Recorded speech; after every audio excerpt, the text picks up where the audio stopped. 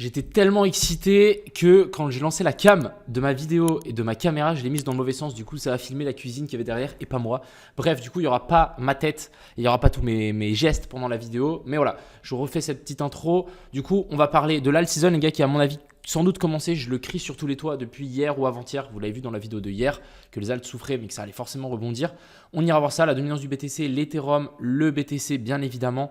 Et on ira faire un tour sur beaucoup d'alts. Donc on a le PP, le NOT, grosse position que j'ai dessus, le FTM, le TIA. Bref, vous allez kiffer. Et puis n'hésitez pas aussi à mettre en commentaire les alts que vous voulez voir. Mais en théorie, il faut juste s'exposer au maximum aux altcoins et vous allez vivre un super bull run. Et moi, je suis là pour commenter tout ça et prendre des profits tous ensemble. Donc, j'espère que cette vidéo vous plaira. Je vous souhaite à tous un agréable visionnage. On est parti. Crypto, million. Crypto, million. Crypto, million.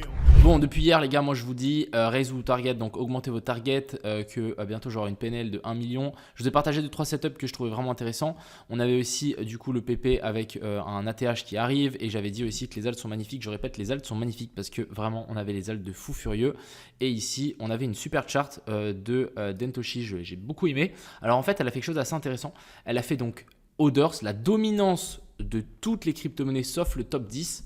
Divisé par la dominance du BTC et vous voyez qu'on était revenu sur une très belle trendline et du coup l'objectif ça va être de venir chercher ici au-dessus donc les 0,108 vers la zone des 0,75%. On est à 0,16 donc je vous laisse imaginer la dominance qui va s'échanger entre le Bitcoin et les alts. Les gars, ça va être monstrueux. Ça va être monstrueux. Autre chose que je voulais vous dire par rapport à IMO, il y a un truc qu'il faut, qu'il faut savoir par rapport à IMO, c'est que la liquidité est en Ethereum. Donc si l'Ethereum prend 10%, IMO prend 10%. Donc c'est comme si vous ridez l'Ethereum, mais avec un levier. Le truc de IMO, parce qu'en fait, IMO, c'est un tout petit projet. On va le faire exploser avec des listings, etc. Avec l'immobilier. Le système, sauf que vous êtes aussi sur l'Ethereum. Donc là, pendant tout le bull run, on va rider cet Ethereum. Donc si l'Ethereum fait x3, IMO fait x3 d'office. Plus il y a des gens qui investissent dans IMO, genre ça va beaucoup plus loin. Donc ça, très content de s'être exposé à Ethereum. Moi, je pense vraiment que ça va payer. Et autre chose que je voulais vous dire, c'est que quand on sera vers le top du bull run, donc je pense vers la zone des 8000, 10 000, 12 000, on va petit à petit enlever et se dérisquer, donc prendre la liquidité qui est dans IMO et la changer en USDT. Comme ça, à la fin, on va se retrouver avec une grosse liquidité qu'on aura gagnée en Ethereum sur toute la montée et on va se stabiliser en haut. Donc c'est génial de faire ça, comme ça on ne se prendra pas le bear market de l'Ethereum et du coup IMO pourra continuer cette petite montée avec les buy and burn tous les mois et c'est aussi pour protéger finalement les investissements de tous les gens qui achètent du IMO et qui vont le holder pendant le bear market, parce que moi je compte bien holder pendant ce bear market. Donc voilà. Alors on va parler du BTC, on est venu faire quelque chose de très intéressant, on a continué à monter ici, vraiment on s'arrête juste avant la zone des 100 000 $, on est à 98 000 $, je ne sais pas si vous vous rendez compte. La tendance ici reste totalement haussière. On a eu le petit setup de nouveau ici que vous connaissez bien maintenant. On a eu ici notre fameux petit cos et ici on a eu notre petit boss. Vous voyez que là on est redescendu en A, B et puis C. On est venu chercher les lots. Hop, on a fait un premier rebond.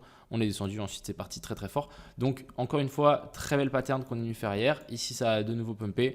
La tendance reste totalement haussière. Vous voyez que là, on est venu faire une clôture au-dessus de ça. Donc là, on a encore une fois un cos. Affaire à suivre, mais vraiment, ça m'a l'air super bullish. Je pense que vraiment, on pourra continuer à monter comme ça. Moi, ce qu'on va regarder aussi, c'est la dominance du BTC. Les gars, regardez-moi cette charte. Elle est juste magnifique. On a eu du coup un gros rejet ici. Très bien. On est sur une espèce de petite trendline par rapport au sommet. Donc, pour le moment, c'est très bien respecté. Et ça correspond aussi à une espèce de petite divergence du coup baissière, baissière sur le RSI. Vous voyez qu'ici on fait des sommets toujours plus bas alors que sur la chart on fait des sommets toujours plus hauts et ça c'est plutôt bon pour nos alts. Franchement les gars, trop content. On va aller voir les alts, vous voyez qu'ici c'est en train de pumper, ça c'est cool.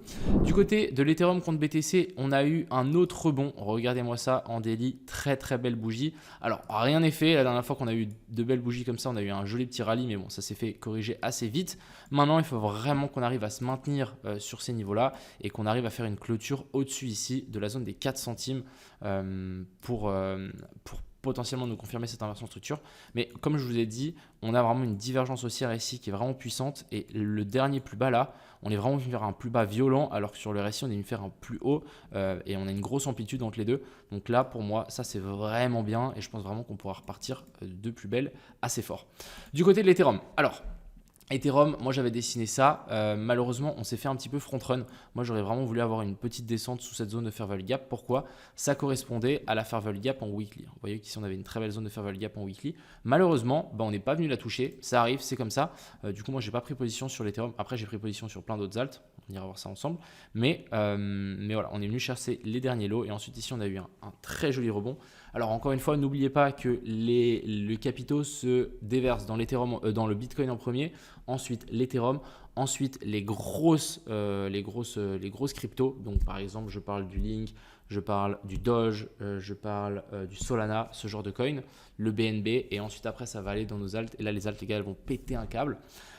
Ensuite, on va parler des alts, bien évidemment. Alors déjà, je vais vous montrer le petit trade que j'ai pris sur le PP que j'ai partagé dans le groupe. Alors, je vais aussi vous expliquer un petit truc. En gros, ces derniers temps, dans le groupe Crypto Pro, je me suis pris pas mal de SL à la suite et je crois que je dois être à 5 SL, donc je dois être une perte de moins 5 R. Mais dites-vous que là, en un trade, du coup, on va pouvoir récupérer les pertes de 5 trades et en plus gagner de l'argent directement par la suite.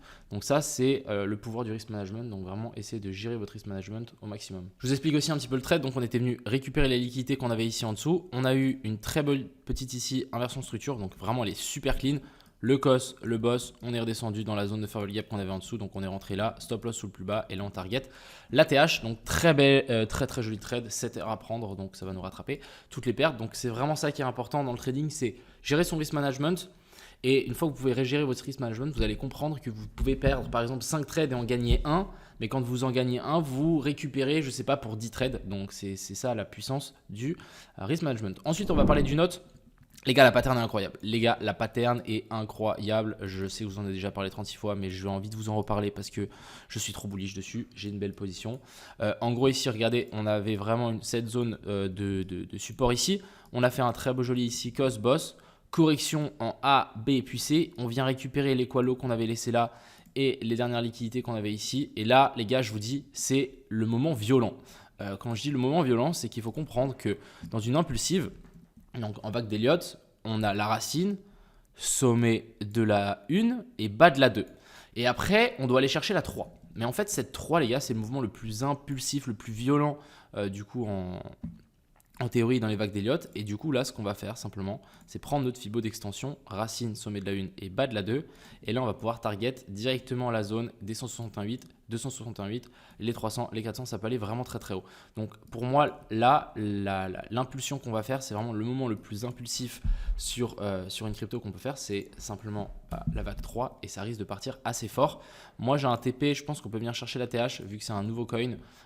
Ensuite, on verra encore une fois, il faudrait que j'aille voir la tokenomics s'ils ne l'ont pas augmenté entre deux et qu'on ne se retrouve pas avec un market cap de fou ici.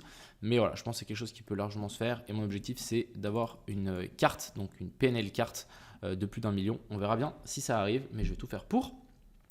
Ensuite, on a le TIA. Alors, je suis toujours en position dessus. On était venu récupérer la zone OTE ici dans la zone de fair value gap. Moi, encore une fois, je hold ça. Je pense vraiment qu'on va pouvoir récupérer toutes les liquidités qu'on a laissées ici au-dessus.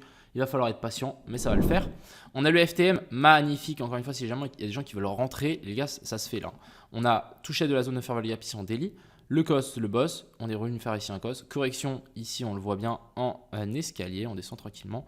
On est venu récupérer le lot, la zone d'OTE, même la petite liquidité. Ah non, on n'est pas venu chercher cette liquidité, c'est pas grave.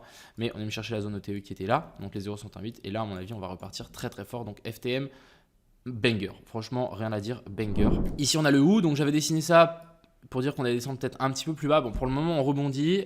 Est-ce qu'on a une inversion de structure? Oui, on en a une petite. Donc peut-être là, la zone des 0,5, ça a largement suffi. Vous voyez qu'on était venu rebondir sur la zone des 0,5. Je vais juste tout enlever comme ça. Je vais vous montrer plus clairement. Mais voilà, on est venu chercher la zone des 0,5. Maintenant, on va passer en daily pour voir si on n'avait pas une zone de fair value gap ou quoi. Ouais, en gros, on avait la première zone de fair value gap qui était là. Donc on s'est arrêté vraiment sur la première avec le pullback sur les anciens plus hauts. Donc en théorie, on peut largement partir de cette zone-là. Et vous voyez que là, on a bel et bien une A, B et puis C. Franchement, c'est clean. Ici, on peut parler aussi du Gala, du coup, qui a breakout ce plus haut-là. Et de nouveau, si on zoome un petit peu dessus, vous allez vous dire, ah non, mais attends, on va passer déjà en daily. Ah ben tiens, la zone de nouveau de fair value gap qu'on avait là, donc la première, elle a fait le taf. On s'est venu s'appuyer dessus, on est venu récupérer les liquidités et là, ça repart. Donc franchement, les gars, je pense que les zones de fair value gap, il faut vraiment s'attendre à ce qu'on vienne chercher les premières zones de fair value gap et les zones des 0,5. Vu que vraiment, on est en bull run de fou. On va aller faire un petit tour sur le link aussi. Est-ce qu'on veut descendre un petit peu plus bas? J'ai pas l'impression. Là, vraiment, on est en train de faire une espèce d'accumulation verticale. Et je pense qu'encore une fois, ça va s'envoler assez fort et assez violent.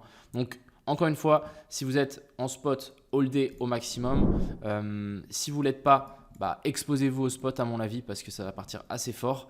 Et si jamais vous voulez faire du levier, mettez les stop loss sous les derniers plus bas. Je pense que ça devrait le faire. Ici, par exemple, le FET, donc c'est encore une crypto-monnaie qui n'a pas encore trop pumpé. Je pense qu'on va peut-être pouvoir prendre une position dessus. Elle m'a l'air vraiment plutôt correcte. On est venu récupérer les lots ici. Je suis venu chercher la zone de fair value gap en daily. Donc là, à mon avis, ça va valoir la peine de prendre une position, mettre son stop loss juste sous le plus bas, donc sous le sweep. Et là, on va pouvoir target beaucoup plus haut. Donc vraiment, FET, très intéressant. Et je vous ai montré aussi les autres qui étaient très intéressantes. Voilà un peu le topo pour aujourd'hui. J'espère que vous êtes hypé, j'espère que vous êtes bullish parce que moi les gars, j'arrive même pas à dormir, je dois dormir 4 heures ou 5 heures par nuit, c'est infernal. Je viens de me lever de ma sieste, c'est infernal. Même une sieste, j'arrive pas à m'endormir, c'est infernal. Donc bon, bref, c'est la période, c'est comme ça. Mais voilà, je vous souhaite à tous un excellent bull run, une excellente alt season, enfin. Et je vous souhaite de nouveau encore une bonne fin de journée. C'était un plaisir, c'était Crypto Millions. Ciao.